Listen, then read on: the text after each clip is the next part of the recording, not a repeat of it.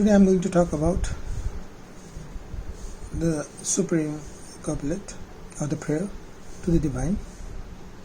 A divine that is formless, that's having no state, that's not bound by the time or the space. When we look for all the concepts or the books that we have read on the origin, we find that somewhere something happened, that's the origin. But it's not the origin.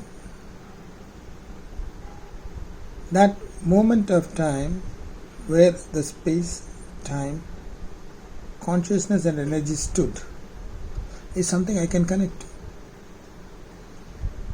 It's a reflection. Something what triggered that moment of time within a timeless time and spaceless space is the Adi, the primordial. A primordial is a state of consciousness beyond the consciousness. The conscious on its own is subtle, is dynamic, it's static, it has all the features and nature that one knows, and the vast area of timeless and spaceless awareness and knowledge that one hasn't even reached yet. That moment of time, that triggering happening, which does not have a form, it's a trigger, it's a pulse, it's a moment of time, it's a converging state of time where it's creating a moment for itself.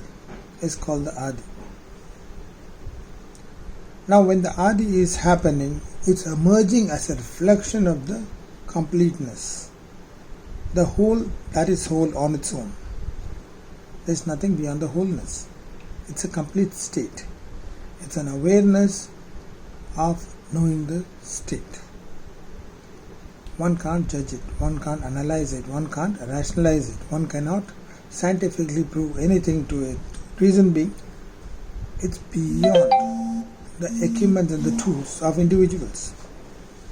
It's more connected to the selfless self. It's more connected to the timeless time. It's merged with the spaceless space. In that state of consciousness, one finds that things are moving.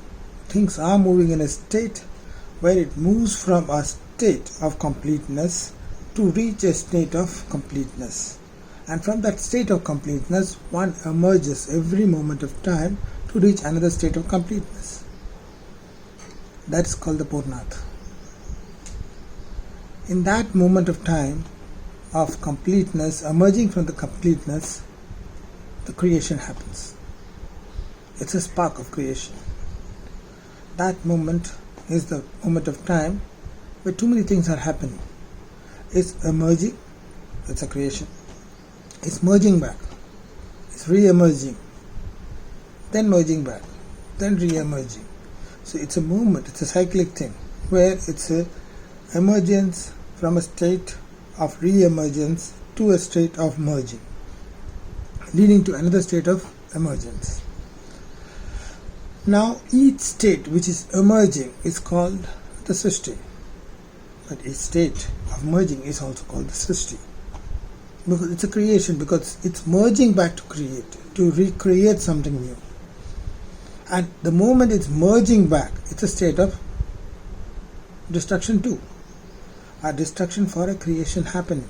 That moment where things will change.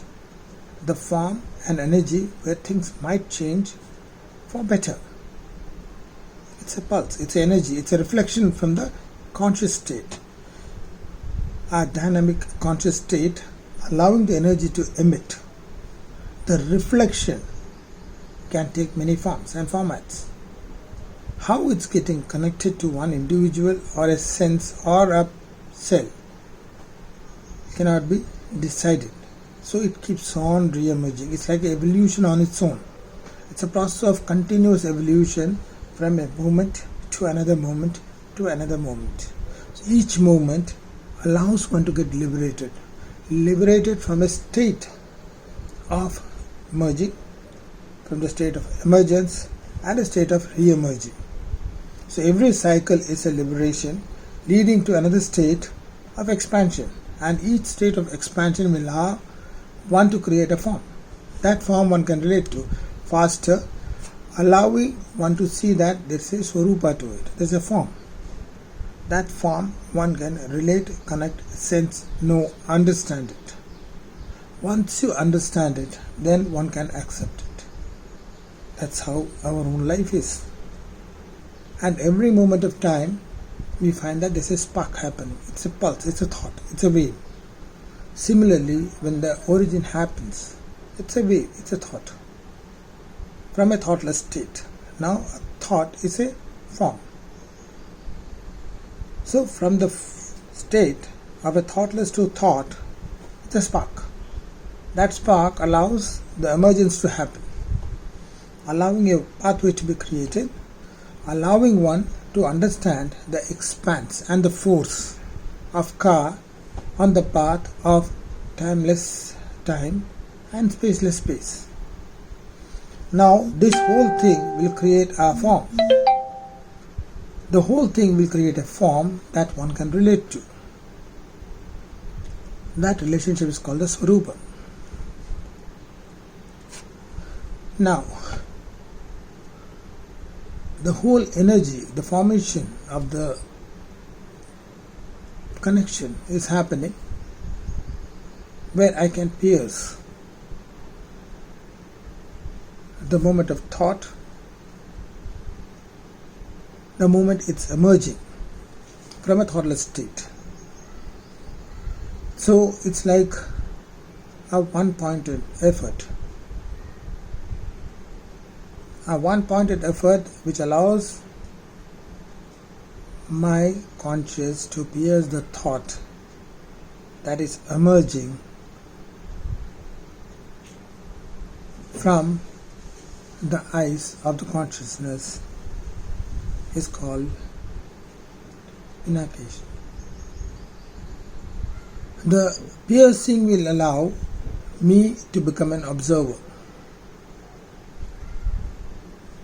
Observer of the time, space, which is emerging in a bounded area of consciousness. In that bounded area, you find the consciousness moving from one direction to another. Each moment of change, transformation happening allows you to understand the universal phenomena which is applicable throughout the universe in the same or similar manner, having a universal law which it follows. And that's the core of it. Allowing one to realize that the universal concept, once understood, allows the nectar within to flow, from within to outside. That's the core of understanding the self in the most subtle and soft manner. It's a prayer to the divine, Baal, the spark which shows the way within the foundations of the time and space for one individual to get connected in the most natural manner. Namaskar.